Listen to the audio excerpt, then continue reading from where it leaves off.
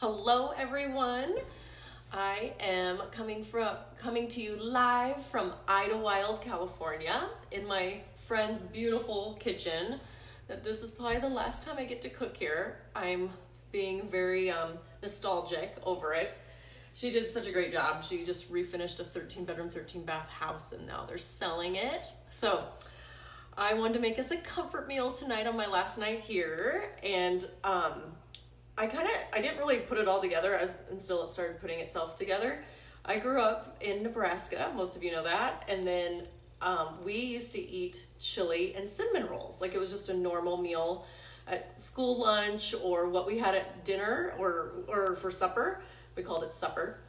So when I moved to California, there was all these chili cookouts, and I'm like, oh cool, I'll bring the cinnamon rolls. And everyone thought we were so weird. So it's usually cornbread or something too. So tonight I'm making a more healthy version now that I've evolved with my nutrition, as a nutritionist. It's not that I am so tired of like good or bad, don't do this, and we're all like have this inner driver of striving for perfection when I don't know anyone who's not a comfort eater. And if you're not, good on you. I'm probably not your gal to listen to about nutrition, which is cool.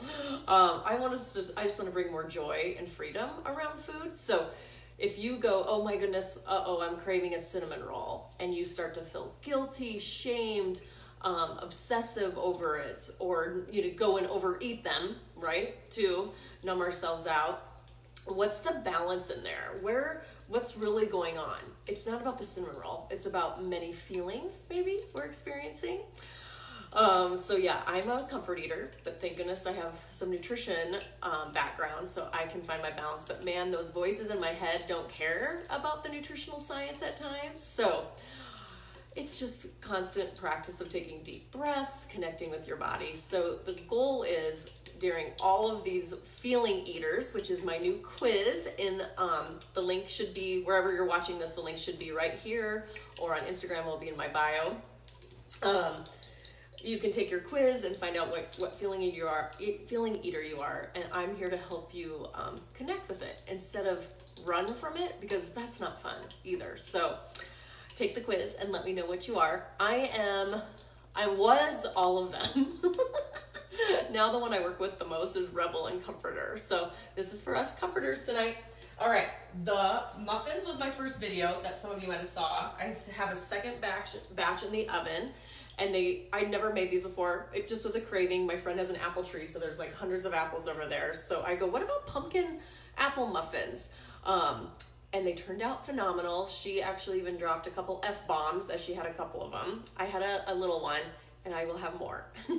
They weren't that sweet, so I would have maybe guessed a little more syrup, but honestly, you could make like a little honey butter and put that on top, and that would be plenty sweet. They're really good. And the pumpkin's so good for digestion. I recommend to always have a can of organic pumpkin in your pantry for our digestion, fiber. If you have loose stool, if you just had food poisoning. Otherwise, we're all going to feel great with our pumpkin muffins later today.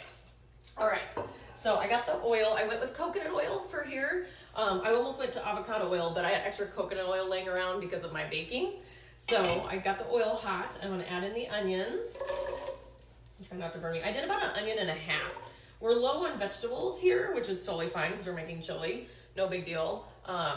Because I think I was supposed to bring more vegetables up, or we ate most of them too.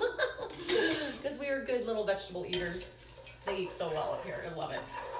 Yes, I only go to friends' houses who eat well. Did you notice that? And that have beautiful kitchens like this. All right, so there's the onions. So I did soak the beans, and I was looking up about soaking beans. Now there's research saying you don't have to. So this is what makes our mental mind exhausted and extreme and totally trying to find the perfect everything. You guys, there isn't. So I'm glad I soaked them. They were, there's reasons they say you could, I don't like the word should, help with digestion and such. Now there's a new research out that says it doesn't matter, but I'm glad I did. All right, so I just did with just kidney beans and, what kind are those? Kidney beans and northern beans? I don't know what I got. Two different, a red and a white. I got red and a white. So we're gonna add those in. I'm gonna do the onions a little bit longer. Ooh, I got a lot of water on there. So I wanna get my onions a little bit more sauteed. All right, let's get those going. And then I'm gonna do a little tomato paste.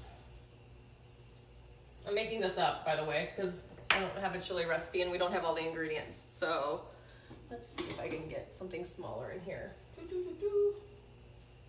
So, all right. Little tomato paste, and then I have a can of stewed tomatoes too.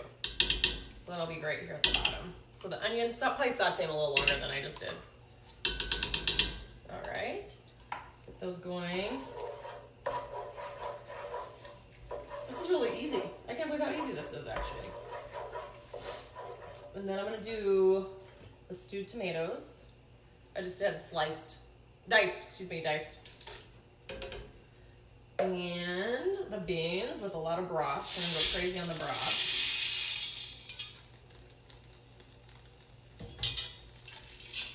And then I need to put the spices in. So, I don't know, I think this is only gonna take an hour to cook. I'll put an update on there. I've been just carrying around, since I travel all over. Hi, Cammie Whacker. I've been carrying around just a carton of veggie broth. Actually, Trader Joe's is one of the best. They don't add any other ingredients in. And then I just warm this up and sip on it like tea too. So this is a great little savory idea for hydration and for nutrition. Especially sometimes we get tired of sweet, so the little vegetable broth is savory. Of course, you can make your own. Hi, Lindsay. Oh my God, all my friends are checking in. Cammie, did you take my quiz yet? I don't know, Cammie, I don't know which one you are. I am cracking up. I can't think of which one my friends are. My clients, I do. Lindsay, I think you're me. I think you're the rebel. Cammie, you might be the, I don't know. Can't wait, you guys. And they're not negative. Oh my gosh, that's what I'm working on right now, is making sure none of this comes across negative, since my number one characteristic is positivity. So I don't want that to happen. All right, so the last silly ingredient I'm doing, so we're gonna let this cook for quite a while. And then my third bean, and we need more green, is I'm gonna just do some do some green beans at the top at the end. I just don't want them to get real mushy, so we're gonna add these at the end. So I'm gonna let this boil and cook for a while, get those beans warmed up. Oops. You know what we're doing instead of chili? We couldn't find chili. We're gonna do chipotle. So this is a chipotle recipe. Oh my gosh, so cool. I don't know how that'll be with the green beans, but we're just gonna do a little, give it some spice. Am I missing anything else? Salt. Actually, I'm gonna wait on the salt. All right, so I'm gonna let that cook. Lindsay says, she's a pleaser. Of course you're a pleaser. This is so cool, of course. Pleaser are beautiful, giving, nurturing people like Lindsay is. And pleasers would be like, oh, I really, this was my least, by the way, Lindsay. This is why we're friends. Well, thank you for being my friend, because my rebel outshines my pleaser. But I've heard this from a few of my clients. I really want to order this, but it's the most expensive thing on the menu and I don't want to look showy. Or, oh, you know what? I'll let them have the biggest piece of chicken, even though I want the biggest piece of chicken. Or if you're vegetarian, the bigger piece of carrots or whatever.